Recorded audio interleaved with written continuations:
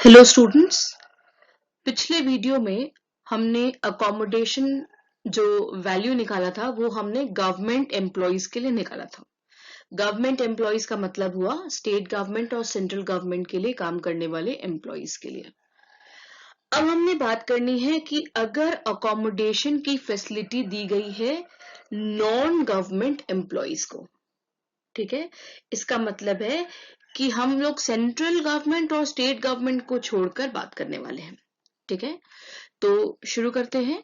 Valuation of accommodation, जैसे कि employer अपने एम्प्लॉय को हाउस फैसिलिटी देता है, तो क्योंकि वो फैसिलिटी है तो उसको मनी के टर्म्स में हमें वैल्यू करना होगा। तो ये अकोमोडेशन किसको प्रोवाइड किया जा रहा है? नॉन गवर्नमेंट एम्प्लॉयज को, उन एम्प्लॉयज को जो गवर्नमेंट के यहाँ काम या गवर्नमेंट के लिए काम नहीं कर रहे हैं। ठीक है, पिछले वीडियो में हमने गवर्नमेंट एम्प्लॉयज के लिए वैल्यूएशन के रूल सीख लिए थे। आज के इस वीडियो में हम नॉन गवर्नमेंट एम्प्लॉयज को मिलने वाले अकोमोडेशन के वैल्यूएशन के बारे में बात करेंगे। जैसा कि मैंने पहले भी बताया है कि जब अकोमोडेशन दिया जाता है तो वो फर्निश्ड भी हो सकता है और अनफर्निश्ड भी। फर्निश्ड अकोमोडेशन का मतलब होता है जहां पर टीवी, मकान के साथ साथ टीवी, रेफ्रिजरेटर, फर्नीचर, अन्य सुविधा और दी जाती है। तो हम शुरू करते हैं अनफर्निश्ड अकोमोडेशन से, जहां पे आपको सिर्फ मकान दिया जा रहा है। ठीक है, तो आज के इस क्लास में हम सीखेंगे अकोमोडेशन को कैसे वैल्यू करते हैं, किस टाइप के एम्प्लॉयज को मिला हुआ नॉन गवर्नमेंट, और किस टाइप का अकोमोडेशन है अनफर्निश्ड अकोमोडेशन। ये है इस पर्टिकुलर स्लाइड में हम अनफर्निश्ड अकोमोडेशन के बारे में बात करेंगे। तो एक बार मैं समरी आपको बता दूं कि अगर आपका एम्प्लॉयर गवर्नमेंट नहीं है और आपको एक मकान दिया गया है एम्प्लॉयर द्वारा और वो अनफर्निश्ड है, तो उसके वैल्यू को हम कैसे निकालेंगे ये हम डिस्कस करेंगे इस स्लाइड में। ठीक है, तो जब भी ये केस को स्टडी करें तो आपको सबसे पहले चेक कर लेना है कि ये जो अकोमोडेशन मिल रहा है वो ओन्ड बाय द एम्प्लॉयर है या ये अकोमोडेशन एम्प्लॉयर ने रेंट पर लेकर रखा है और तब एम्प्लॉय को इसकी सुविधा प्रोवाइड की है। ठीक है, क्योंकि दोनों के रूल्स अलग अलग हो जाएंगे। पहला केस क्या है? अकोमोडेशन और house owned by the employer, और दूसरा अकोमोडेशन और house taken on rent bye the employer. ठीक है, हम लोग शुरू करते हैं accommodation owned by the employer. ठीक है, इसमें सबसे पहले आपको ये देखना है कि जिस सिटी में अकोमोडेशन प्रोवाइड किया गया है उसका पॉपुलेशन 2001 सेंसस के अकॉर्डिंग कितना है। ठीक है, सबसे पहले केस 1 लेते हैं कि अगर अकोमोडेशन जिस सिटी में प्रोवाइड किया गया है उस सिटी में पॉपुलेशन जो है वो अप टू 10 लाख है, तो वो सिटी तो बहुत छोटी होगी जिसकी पॉपुलेशन 10 लाख होगी, 10 लाख भी ना हो। तो अगर सिटी जहां पे अकोमोडेशन दिया गया है वहां का पॉपुलेशन अप टू 10 लाख है, ठीक है, तो उसमें वैल्यू क्या लेंगे? इस पर्टिकुलर फैसिलिटी का वैल्यू होगा 7.5% ऑफ सैलरी। ठीक है, आप ध्यान देंगे जहां छोटी सिटीज होंगी वहां पे ऑब्वियस बात है मकान सस्ते होंगे, इसलिए हमने वहां पे सिर्फ 7.5% ऑफ क्या निकालना है? सैलरी। सैलरी के साथ यहाँ पे एक एस्टरिस्क है, इसका मतलब है कि इस पर्पस के लिए सैलरी का क्या डेफिनेशन है वो हम नेक्स्ट स्लाइड में पढ़ेंगे। ठीक है, तो मैं वापस बता दूं, नॉन गवर्नमेंट एम्प्लॉयज को अगर अनफर्निश्ड मकान दिया जाता है तो उसमें सबसे पहले देखते हैं कि वो मकान एम्प्लॉयर ने ओन कर रखा है या उसे रेंट पे लिया हुआ है। अगर ओनरशिप है मकान का एम्प्लॉयर के पास तब हम पॉपुलेशन देखेंगे उस सिटी की जिस सिटी में अकोमोडेशन दिया गया है। तो उसमें 3 कैटेगरीज है। पहला कि अगर 10 लाख तक का पॉपुलेशन है, 10 लाख से कम का पॉपुलेशन है, तो हम कितना परसेंट लेंगे सैलरी का? 7.5%। अब पॉपुलेशन मान लो उस सिटी का है 10 लाख से ज्यादा लेकिन 25 लाख से कम, ऐसे केस में हम लेंगे 10% ऑफ सैलरी। और अगर 25 लाख से ज्यादा है तब तो वो शहर बड़ा हो गया, तो वहां नेचुरली मकान का जो वैल्यू है वो बढ़ जाएगा, इसलिए इस केस में हम लेंगे 15% ऑफ सैलरी। और ये तीनों ही केस के लिए सैलरी का जो डेफिनेशन है वो सेम रहेगा, और वो सैलरी क्या होगा, सैलरी में किन चीजों को हम इंक्लूड करेंगे एक्सक्लूड करेंगे वो हम नेक्स्ट स्लाइड में देखेंगे। तो I will just sum up कि अगर अकोमोडेशन नॉन गवर्नमेंट एम्प्लॉयज को दिया जाता है तो सबसे पहले हम देखेंगे कि ये अकोमोडेशन एम्प्लॉयर का ओनरशिप है उसपे या एम्प्लॉयर ने उसे रेंट पे लेके दिया है। अगर ओनरशिप है तो आप पॉपुलेशन देखेंगे उस सिटी का 2001 सेंसस के हिसाब से। अगर अप टू 10 लाख है तो 7.5% ऑफ सैलरी, 10 लाख से ज्यादा 25 लाख से कम तो 10% ऑफ सैलरी, और अगर 25 लाख से ज्यादा है तो that is 15% of salary. And अगर अकोमोडेशन जो है वो रेंट पे लिया गया है एम्प्लॉयर द्वारा तो उस केस में हम पॉपुलेशन को स्टडी नहीं करेंगे।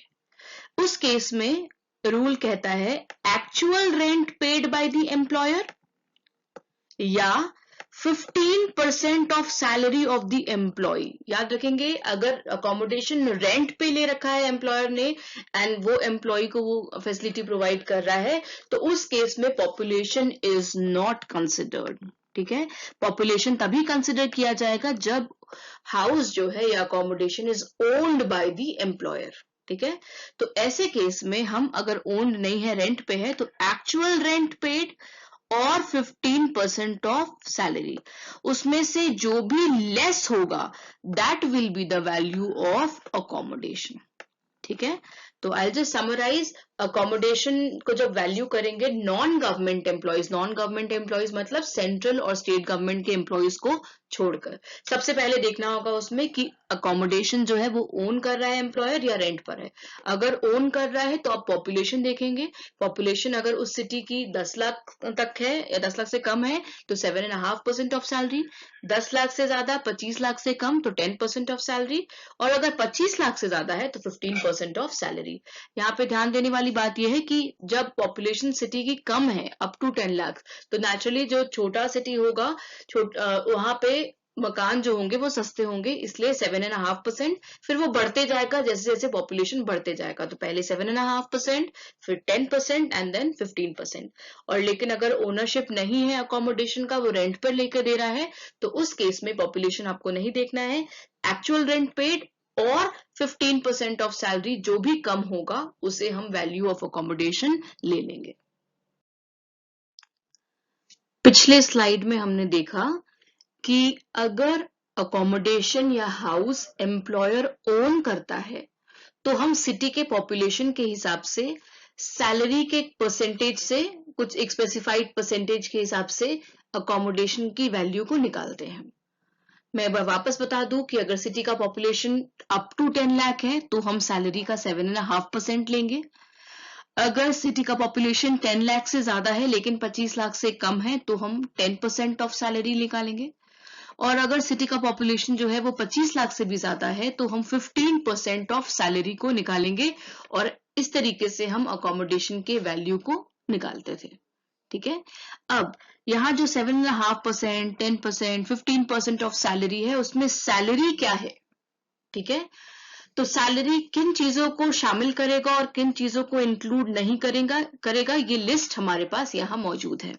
ठीक है, तो सैलरी विल इंक्लूड, सैलरी क्या क्या इंक्लूड करेगा, बेसिक सैलरी इंक्लूड होगा जिसमें कि एडवांस और एरियर को हम इंक्लूड नहीं करेंगे, एक्सेप्ट एडवांस सैलरी और एरियर ऑफ सैलरी।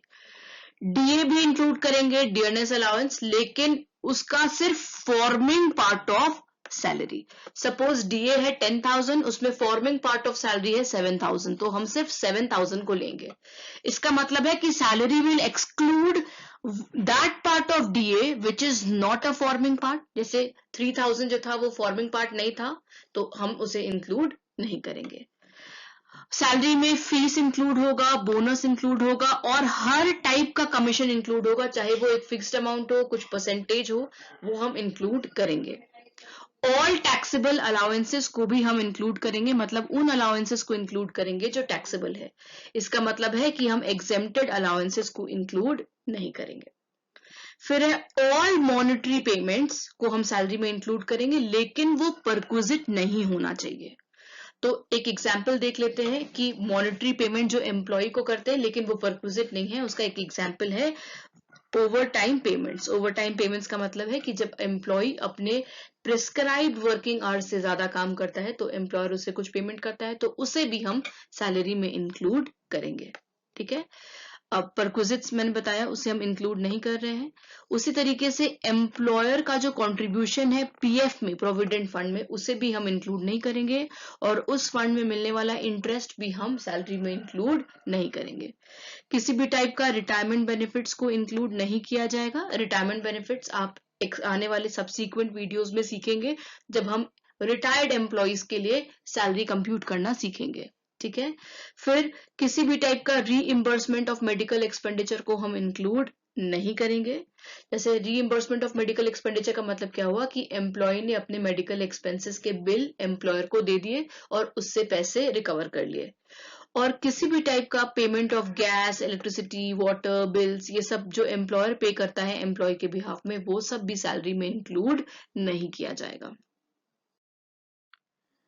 अब अकोमोडेशन के वैल्यू को, हाउस फैसिलिटी के वैल्यू को निकालने के लिए कुछ इंपॉर्टेंट पॉइंट्स जो आपको ध्यान रखना है वो ये है कि अगर एम्प्लॉय को सैलरी मिल रहा है from more than one employer और उसको हाउस का जो फैसिलिटी है वो एक ही एम्प्लॉयर दे रहा है, ठीक है, तो हाउस फैसिलिटी उसे एक एम्प्लॉयर से मिल रहा है लेकिन सैलरी उसे दो जगह से मिल रहा है। तो अगर हम हाउस फैसिलिटी को वैल्यू करेंगे उस पर्पस के लिए जो सैलरी निकालेंगे तो उसमें हम salary receive from all employers for the respective period को इंक्लूड करेंगे। ठीक है, हाउस फैसिलिटी एक ही एम्प्लॉयर ने दिया है और उस फैसिलिटी को अगर वैल्यू करना है तो अगर उसको मोर देन वन एम्प्लॉयर से सैलरी मिल रहा है तो हम वो सभी सैलरी एम्प्लॉयर से मिलने वाले सैलरी को इंक्लूड करेंगे। और एक और बात, सैलरी इसमें कैलकुलेट होगा ऑन ड्यू बेसिस, मतलब सैलरी अगर नहीं भी मिला है, अगर ड्यू हो गया है तो उसे हम इंक्लूड कर लेंगे।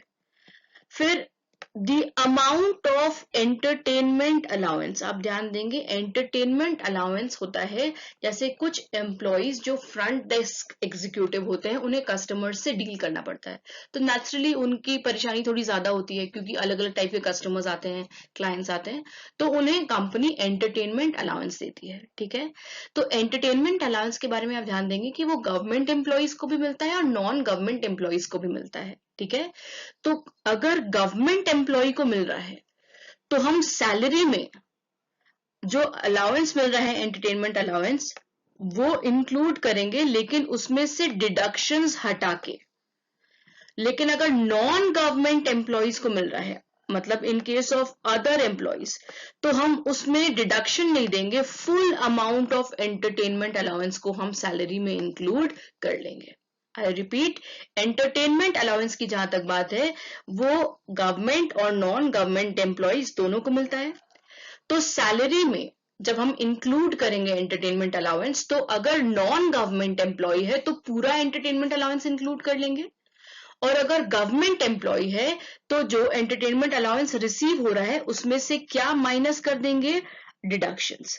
इसका कैलकुलेशन हम लोग एक क्वेश्चन से सीखेंगे। आपको बस इतना याद रखना है कि entertainment allowance non government employee का अगर है तो वो फुल अमाउंट को इंक्लूड कर दिया जाएगा सैलरी में, और अगर गवर्नमेंट एम्प्लॉय है तो हम उसे एंटरटेनमेंट अलाउंस में से डिडक्शंस को हटाकर सैलरी में इंक्लूड करेंगे। ये सैलरी जब हम निकालेंगे परक्विजिट के वैल्यू को निकालने के लिए। ठीक है,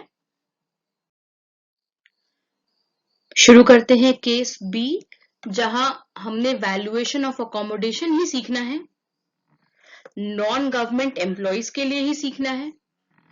बट ये केस पहले वाले केस से डिफरेंट कैसे है कि इसमें जो अकोमोडेशन मिल रहा है वो क्या है, फर्निश्ड। ठीक है, पहले पार्ट ऑफ द वीडियो में वी हैव स्टडीड अकोमोडेशन का जो वैल्यू निकालना है, जो नॉन गवर्नमेंट एम्प्लॉइज को मिलने वाला अकोमोडेशन है उसके वैल्यू को निकाले थे, लेकिन अकोमोडेशन जो था वो अनफर्निश्ड था, सिर्फ मकान। अब जो हम लोग पढ़ने जा रहे हैं वो है furnished accommodation.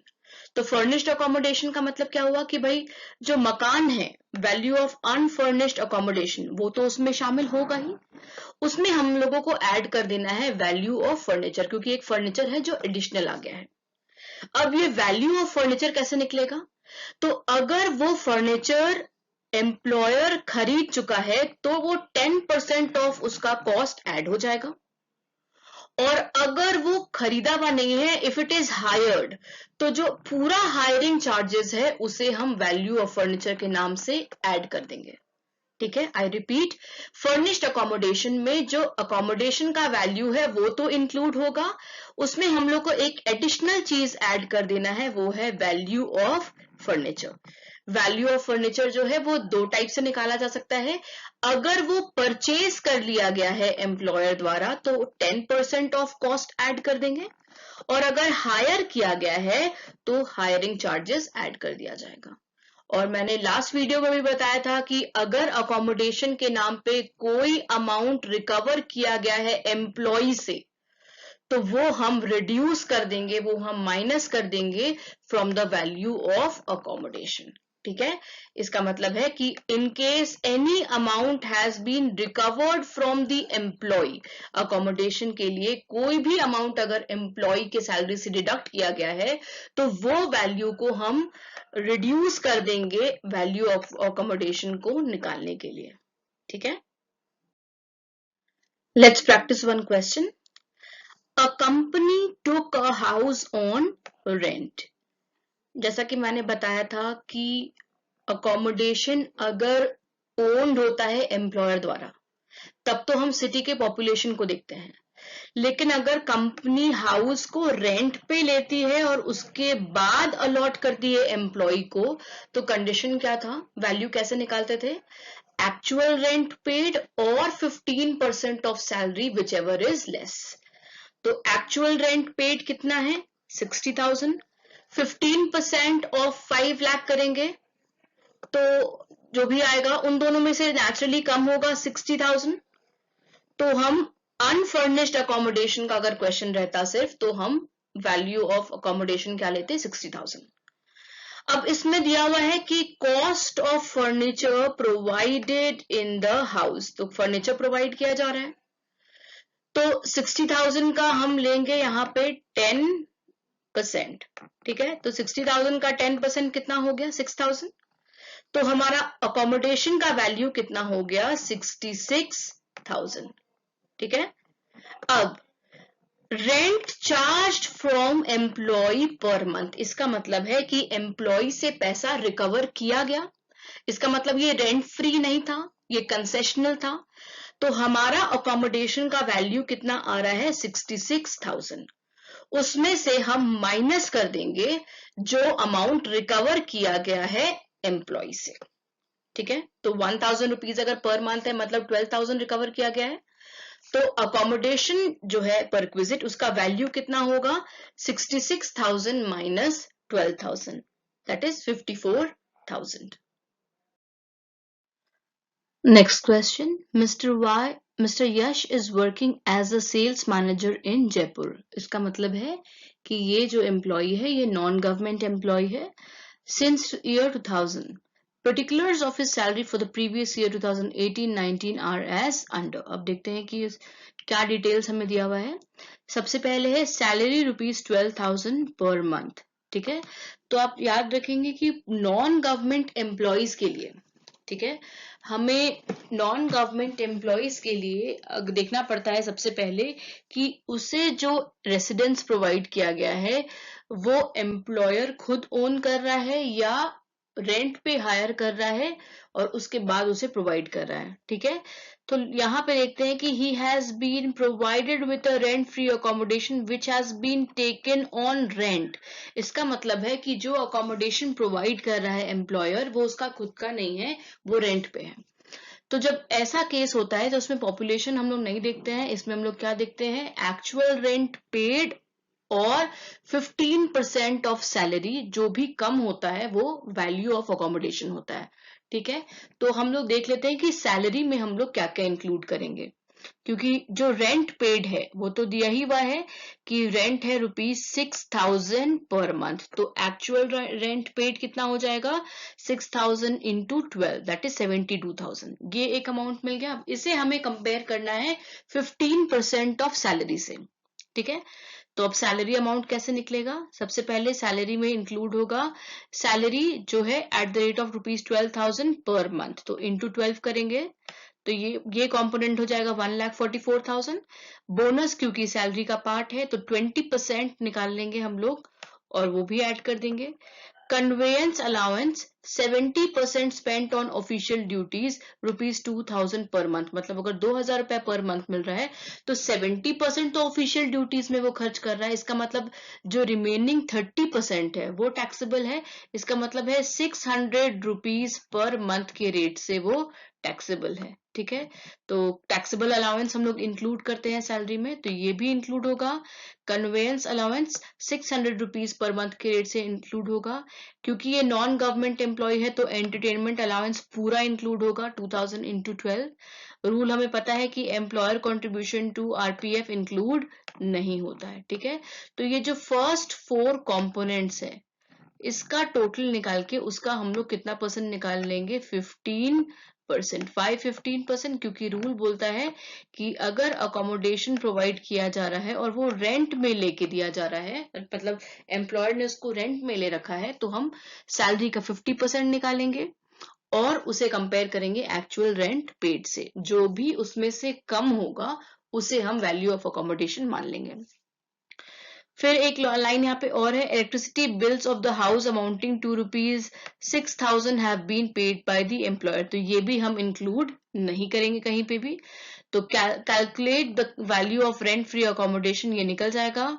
Assuming that the company डिडक्ट्स 1,000, तो अब हमें समझ में आ गया कि एम्प्लॉय से कुछ अमाउंट रिकवर भी किया गया है, तो जो हमारा आंसर आएगा उसमें से हम लोग 1,000 रुपी पर मंथ के रेट से डिडक्ट कर देंगे और वो हो जाएगा वैल्यू ऑफ कंसेशनल हाउस। आप इस क्वेश्चन को सॉल्व करके इसके आंसर को कमेंट बॉक्स में जरूर लिखिए। एंड अगर कोई भी डाउट है तो you can reach out to me through WhatsApp और the comment box of the YouTube video. Okay, तो स्टूडेंट्स, हमने valuation of rent free accommodation and concessional accommodation government and non government employees के लिए 2 videos से complete किए हैं, part 1 and part 2। एक और वीडियो इसी सीरीज में पार्ट 3 का होगा जिसमें हम लोग अकोमोडेशन का वैल्यूएशन सीखेंगे जब फैसिलिटी ऑफ अकोमोडेशन होटल में प्रोवाइड किया जाए या एट साइट प्रोवाइड किया जाए। तो एक और वीडियो को कंप्लीट करने से आपका रेंट फ्री अकोमोडेशन का वैल्यूएशन कंप्लीट हो जाएगा। Thank you.